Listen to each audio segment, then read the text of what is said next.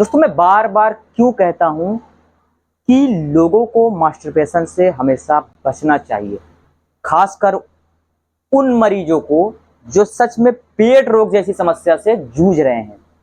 बात इसमें यह है कि अगर आपका पाचन तंत्र कमजोर हो चुका है, खाना बिल्कुल पचता नहीं है, आपको कब्ज की शिकायत रहती है, आपको डायरिया की समस्या रहती है, तमाम तरह की हेल्थ समस्याओं को आप जूझ रहे हैं, तो ऐसे इंसानों को हमेशा मास्टरपेशन से दूर रहना चाहिए। ये वीडियो मैं खासकर नौजवानों के लिए बना रहा हूँ, यंगस्टर्स के लिए बना रहा हूँ, क्योंकि मेरे ट्रीटमेंट लिस्ट में 80% से ज़्यादा नौजवान ही हैं। और वो भी खासकर वो नौजवान हैं जिनकी शादी नहीं हुई है, यानी वो अनमैरिड हैं। तो उनको मैं हमेशा बोलता हूँ कि भाई आप ब्रह्मचर्य का पालन करना शुरू करो, ब्रह्मचर्य का पालन करना शुरू करो और हमारा जो ट्रीटमेंट हम आपको दे रहे हैं उसको फॉलो करते जाओ। आप आने वाले 4-5 महीनों के अंदर अपने अंदर वो बदलाव देखोगे जो इन कई सालों के अंदर आप भूल चुके हो, जिनके लिए आप तरस रहे हो, उसके लिए आप महंगी महंगी दवाइयाँ खा रहे हो, उसके लिए आप महंगे महंगे रिपोर्ट्स करा रहे हो। तो उन चीज़ों को समझना होगा आप सभी को कि अगर हर समस्या का समाधान दवा होता तो आप अब तक इस बीमारी से न जूझ रहे होते, क्योंकि मेडिकल साइंस के अकॉर्डिंग आईबीएस एक तरह का मेंटल डिसऑर्डर है, या तो मेडिकल साइंस के अकॉर्डिंग रिपोर्टों में कुछ डायग्नोस नहीं होता, खासकर पेट संबंधित समस्या, स्पेशली इरिटेबल बाउल सिंड्रोम को लेकर मैं बोल रहा हूँ, चाहे वो मिक्स वाला हो या कॉन्स्टिपेटेड वाला हो या फिर डिसेंट्री डायरिया वाला हो। तो इसको आपको समझना होगा कि आप सभी को इस चीज से बाहर निकलना होगा, अपना एक गोल सेट करना होगा, टारगेट बनाना होगा कि मुझे 1 महीने तक मास्टरपेशन हस्तमैथुन नहीं करना है, मुझे वर्कआउट पे ध्यान देना है।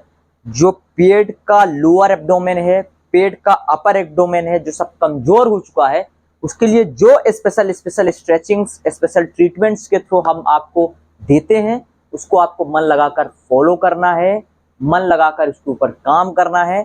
आने वाले कुछ ही समय में आप देखोगे कि उस समस्या से आप धीरे धीरे बाहर निकलने लगे, आपकी बॉडी के अंदर इंक्रीजमेंट आ गई, आपका वेट थोड़ा बढ़ा, आपका एनर्जी लेवल काफी इंक्रीज हो गया और आप काफी ज्यादा अंदर से खुश रहने लगे, आपका सेरोटोनिन लेवल बढ़ गया, आपकी एक तरीके से स्लीप क्वालिटी में काफी परिवर्तन हो गया, आपका खाना पहले से ज्यादा पचने लगा, ठीक है।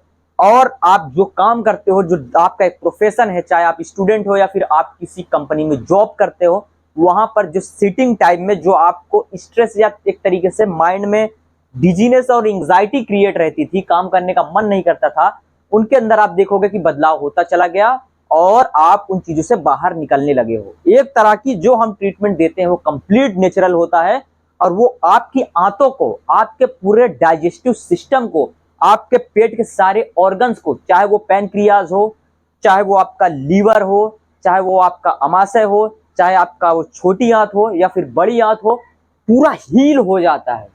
इस तरह हील होता है कि जिस तरीके से आप इस बीमारी के पहले थे, सेम उसी तरीके से आपके पूरी बॉडी में परिवर्तन आने लग जाता है और आप धीरे धीरे करके अपनी पेट संबंधी समस्या, आईबीएस, आईबीडी या फिर अल्सरेटिव कोलाइटिस जैसी समस्या से धीरे धीरे उभरने लग जाते हो और आपकी समस्या धीरे धीरे ठीक होने लग जाती है और आप अपने आप को बीमार मुक्त फील करने लग जाते हो। तो इस चीज को समझो, मास्टरपेशन से बचो, खासकर अगर आप नौजवान हो, अगर आप दिन में 2 बार 3 बार करते हो या फिर आप महीने के हिसाब से अगर जोड़ लेते हो तो 100 बार से ज्यादा कर लेते हो, तो ये स्थिति काफी भयावह, काफी खतरनाक है।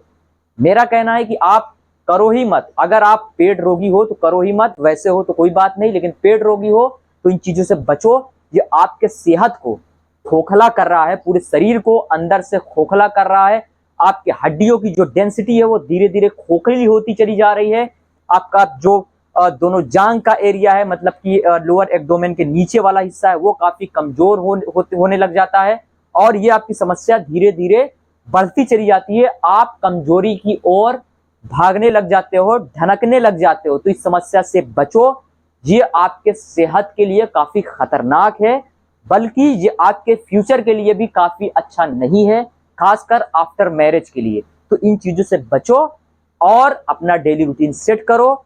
इस तरह के कंटेंट को देखना बंद करो, इससे दूर रहो। अगर आपका एल्गोरिदम एक तरीके से इंस्टाग्राम या फिर फेसबुक या यूट्यूब का इस तरीके का है तो नॉट इंटरेस्टेड करो, हटाओ उसको और अपने माइंड को नेचर एरिया की ओर डाइवर्ट करो। जो हम आपको स्ट्रेचिंग देते हैं उसको फॉलो करो।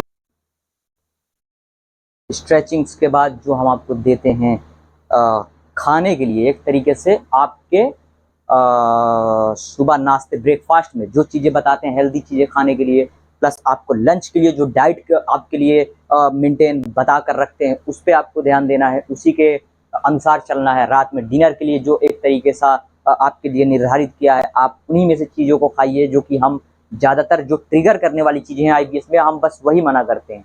तो आपको अगर डायरिया की समस्या है, डायरिया की समस्या में अगर आपको कमजोरी वीकनेस रहती है तो उसमें एनर्जी के लिए सबसे बढ़िया है आपके लिए केला खाइए। आप केले में वो सारे पोषक तत्व आपको मिल जाएंगे जो एनर्जी लेवल को बरकरार रखने के लिए काफी है। तो आप केले का इस्तेमाल करिए अगर आप आईबीएस मिक्स या फिर आईबीएस डायरिया जैसी समस्या से जूझ रहे हैं। कॉन्स्टिपेशन वालों को टच नहीं करना है केला, ठीक है।